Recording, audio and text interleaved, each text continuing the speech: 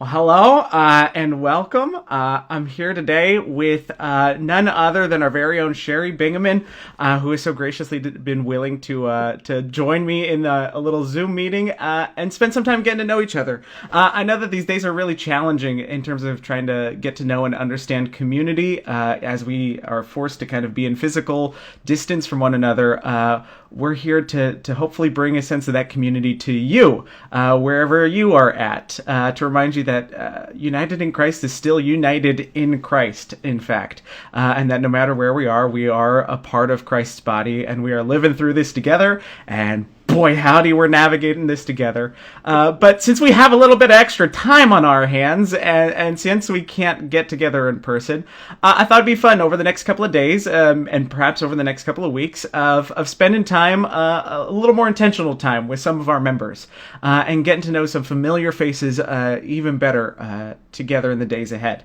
So, like I said, today we have with us Sherry Bingaman, who, Sherry, if I recall Hello. correctly, yes, hello. I should give you a chance to say hi. Hey, I guess everybody. all that. Yes. I guess I should. I say that. You froze. Oh, I'll come back. I think. We'll see if we can crop that out. How about now? Okay. Okay. Yeah. Woo, boy, we're gonna have to do some editing this week. It's gonna be fun. But anyways, Sherry, if I recall correctly, you were part of the new member class in spring of last year, correct? Back in 2019. Yeah, was it March, I think? I believe it was around March. Yes. Yes. So you've been with us for about a year now, Right. and I got to say you have been an incredible gift to this congregation. Thank you. Yeah, well, no, thank you. But I thought it would be nice for folks to know, what brought you to United in Christ in the first place. I think, if I recall correctly, you started worshiping with us pretty regularly in about the fall of 2018. Or winter time. Yeah, there. maybe Advent. About Advent of 2018. Yes, Yes, right before yes. the new year, right? Right. Yeah. You know, so circumstances led me to be looking for a new church, and I went to several within the synod. And I had made a list, and United in Christ was on the list. I hadn't gotten there yet. But I also met with Bishop Collins, and she thought it might be a good fit. So I made that my next stop, and I haven't been anywhere else since. That's awesome. You're also one of those people like me who, when the bishop says jump, you say okay, and then how high, right? That's I mean, you were on my list anyway, so I thought, well, if she thinks it would be a good fit too, then I'll just make sure I get there. Well, there you go. I appreciate that, and we're glad you did. But so if you clearly had a list, right? Like you had the places Yes. that you intended to go, Right. But as you said, I love this language because you're not the only person I've heard this language from. You landed with us for a little while. You landed with this community and this congregation, and you've been with us ever since, right? Right. So what is it for you that became and I don't mean this in the negative sense, what was the sticky point for you? What was it that kept you here? What is it that kept you coming back to United in Christ in this community? Well, the people, the welcoming. I had been to several congregations, and one didn't have communion every Sunday, so that was like non-negotiable. Absolutely. And then I went to a couple others where, I'd sit through worship and nobody would say two words, and we'd leave. And, but when I came to United in Christ, every week, I'd say at least a half dozen people came up, not overwhelmingly, but they came up and said, we're glad you came, and, so like it wasn't an overwhelming presence, but it was a very nice acknowledgement that they knew that I was new. Sure. And so it was that. And then after about 3 weeks, a couple people started like actually introducing themselves to me. There you go. It's like, oh, okay, we've seen her before. Yes, yes. She's a known agent at this point, right? She's a known entity in the congregation. Get to know her. Exactly. No, and I totally know what you mean. I can remember when Kelsey and I had moved to Florida.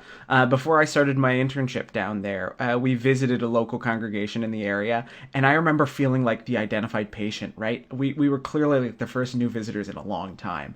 And like everyone came up to us and they wanted us to sign up for everything and join every ministry and be. I was like, we've been here for like 55 minutes, right? Like, and they want us to do it was just wild, right? And so I think what you're saying is I do think that is a gift of this community and of these folks, is that they know how to balance this welcome and inclusion without being overbearing in the midst of it, right? That's very cool. I'm glad to hear that's what helped reinforce this place for you.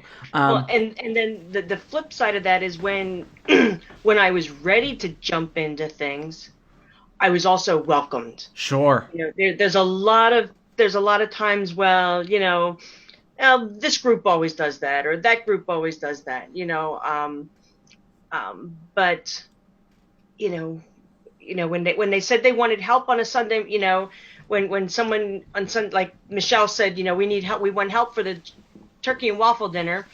If you showed up to help, they wanted your help. That's right. And then they put you right to work, right? Exactly. Exactly. In the best ways, right? Exactly. But I know, and in so many ways, Sherry, you really have hit the ground running at the congregation. I know that you have a series of passions for ministry, and I don't know that people have gotten to hear that directly from you. So what is it for you that is energizing about ministry through the church, and not just United in Christ, but the church in general? Well, for many years, 28 years, I guess, I've been in Christian ed and youth ministry. And so, I was even paid staff for a while at one of the larger churches in the synod. Right. Which I guess is part of the reason why when I went someplace new, it was like, I felt like I needed to be involved, because I had been, that had been a good part of my life for several years. Absolutely. But yeah, I for me, just definitely have a passion for faith formation, whether it's kids or youth or adults. I like getting together with people and just talking about what our faith means to us. Yeah. And then trying to put that in action. Right. Understanding it in context, and then how do we live that out, right? Right. And I got to say that I'm so grateful for the ways you've shared that gift with this community, because if it weren't for you and some of that creative energy and that out-of-the-box thinking, I don't know if this whole umbrella system that we have going of these faith and fun formation moments, right? Faith and fun days and faith and fun worship services, and now faith and fun at home, and soon to be faith and fun media across these digital spaces now, right? A lot of that I don't know would have happened, or it certainly would not have taken the same shape it is now, had it not been for your willingness to invest in that way, and plug into this community in that way. So I'm thankful that you've been willing to share those gifts. No, I mean, I have fun doing it, and it's, and I have the resources because I've been doing this for so long. I'm definitely plugged into like Facebook groups and things that everybody's willing to share what they're doing. So like, I don't reinvent the wheel. I like to think of our rules. You're a good curator, right? Yes. Like you can, and for me, you're like a living database. All I gotta do is ask you, and boom, within 48 hours, you found whatever the weird thing is I thought of. So that's been really, really great. Awesome. So if these are your passions, what then become your hopes and dreams for ministry, and with United in Christ, or just with the hopes in the church in general? Where do you see the ample opportunity for God's continued mission with folks around us? Well, and I guess as I get older, I'm probably moving away, moving a little bit away from more, specifically kids and youth, but looking at our baptismal promises and working for justice is becoming, I think, more of a passion for me. I'm still learning how to do that, and how to do that and represent not only myself but represent the church. I think that's one of the areas we tend to miss a little bit. We get all the we get all the parts of baptism, and then we kind of stop there. Right. Right. And I mean, that's a process for all of us, right? It's a continually ongoing process. But of course, that last petition of saying that we will continue to seek justice and peace for the sake of the world, right? I mean, that's right there in our baptismal promises. That's great. That's beautiful. And I think we as a church in general have some work to do in figuring out how to live into that. And so I'm grateful for folks, especially in this congregation, who are willing to come along for that. And like you said, maybe not have all the right answers right away. But at least be willing to try to chart into that territory and figure out what is next in that way. That's really great. Cool. Thank you. And then lastly, we'll leave on this. So I know you plug a lot of even your free time. I know you plug a lot of that into the church. But what is it that keeps you energized outside of worship? What's keeping you energized in these days when you can't make it to church? Where do you find refuge and joy? I read a lot. I like music. So I'll stream musicals. Yes, I was gonna say, every time I see you working around at the church building, I walk in the room and you're listening to whatever the next. I haven't even heard of half the musicals that I find you're listening to.